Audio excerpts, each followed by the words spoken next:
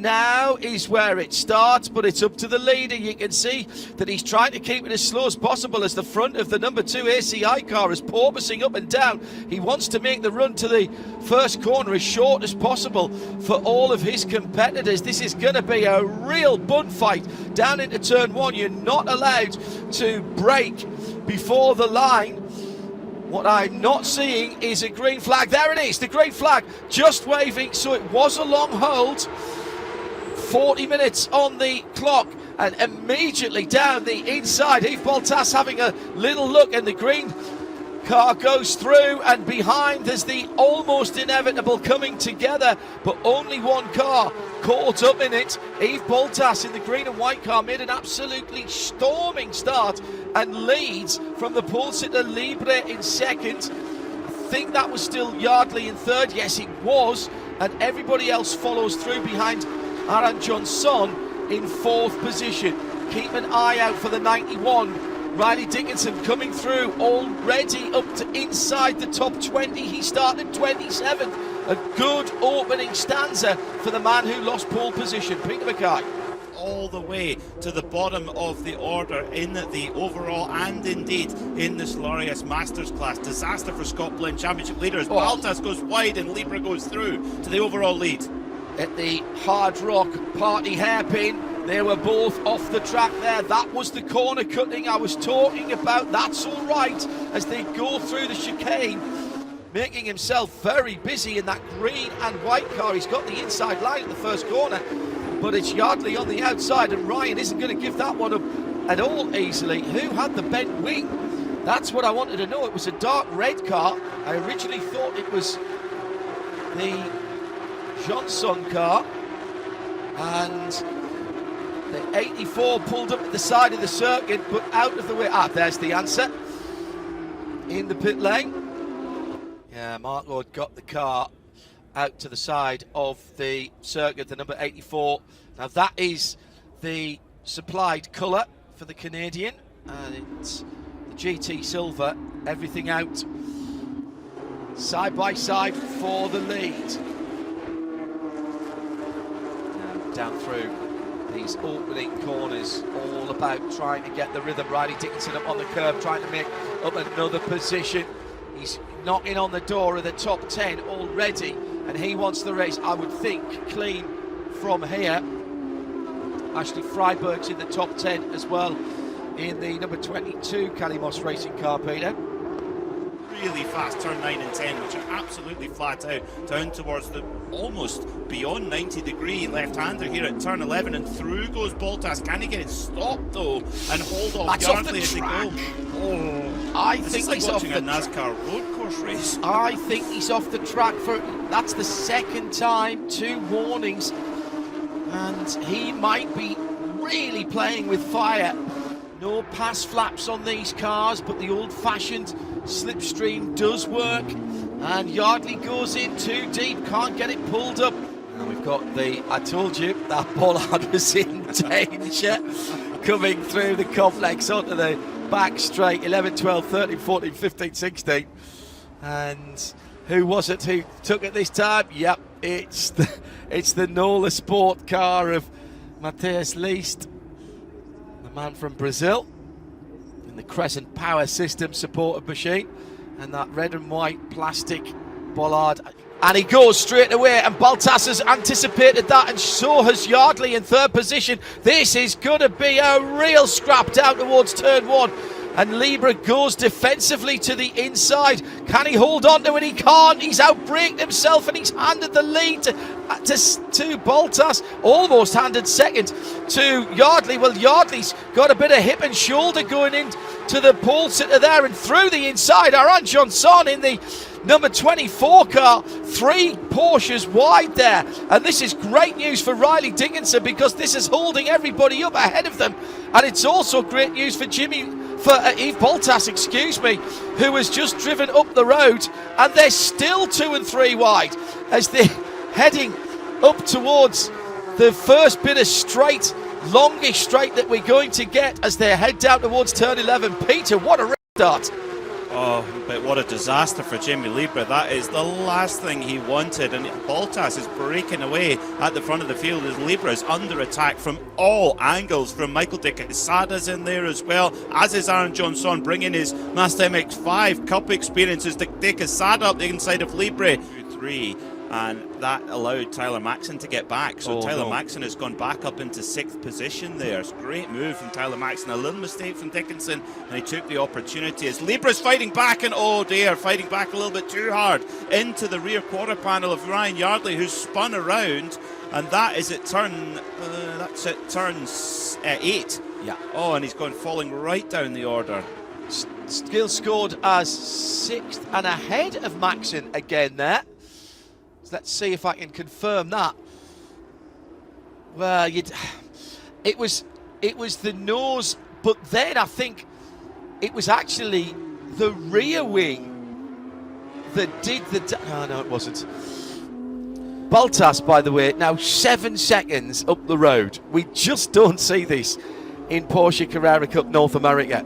De Quesada holding on to second by about a second from Maxson, and then Dickinson, and then another second back Johnson. They'll be biting their nails at the moment. This is the run to the final big braking area. I don't think Dickinson's close enough. He might be just waiting to pick the pieces up here as Maxson goes down the inside, but that looks clean to me. Now, watch the old over and under from Dickinson. He changed his mind there. There was, I think, a podium on. Through goes Bottas to win it. Maxson comes through in second. That's a great race from Tyler Maxson. Is the last of the late breakers.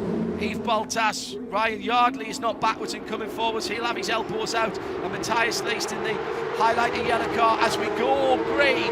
40 minutes on the clock, and Leist pulls out wide. 4 across the track into the braking area for turn 1. And what did I tell you about Yves Bottas? He just doesn't get it. He was ahead for most of turn 1, but couldn't hang on to it in turn 2. He had to lift off the throttle as he was running out of circuit. And yellow for the Masters. So, in the early running then of this PenFed Credit Union event, second race of the weekend for the Porsche Carrera Cup North America. Side by side, down the back straight, Ashley Freiberg and Sabre Cook battling it out. 2 very experienced racers. And did Sabre get through there, Peter? I didn't quite see the end. But Ashley Freiberg did not. She's been tipped around at turn 17 there in that melee. While they were trying to get through, and Freiberg now having to watch the whole field come through before she can turn around, and might be quicker to do a quick flick turn than actually get the car in reverse. But she's now getting into his rhythm, and he's closing down Jimmy Libre. From the start then, Yves Bottas, doing his usual, being the last of the late breakers, was ahead as he came out of turn 1. Probably as he went into turn 2 as well, but couldn't quite hold onto it. Now, do we find out what happened with Patrick Mulcahy down the field? Because he was in the pit lane, digging the unforgiving concrete barriers that make up the majority of this circuit. And the battle is beginning to heat up. 2 battles. It's Yardley and Vanier for the 3rd place, the final step on the ExxonMobil Pro podium. And behind that, it's Johnson and Dickinson. Aaron Johnson and Riley Dickinson, with Dickinson closing in inexorably. Might as well play the Jaws music. And somebody's lost a front splitter. Now, I'm guessing that is James Sofronas, and that is going to kill the handling on that car.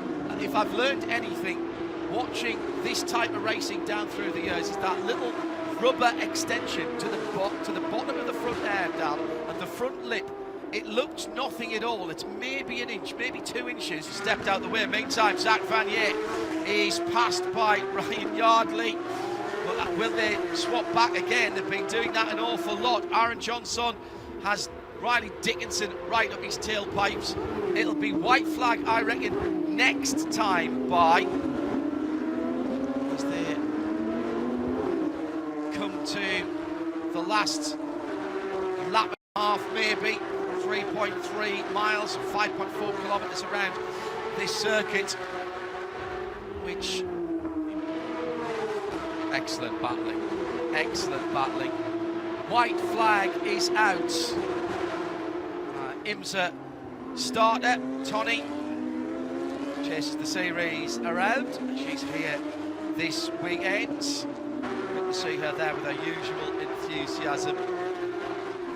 So, Jimmy Libra, 1.5 seconds ahead of Yves Baltas. Yves doesn't have to pass him. He's been gaining on him steadily for the last 3 or 4 laps. But Jimmy Libra is 10 seconds further back down the road. So at the moment, he would be slotting in about 2.5 seconds behind Riley Dickinson.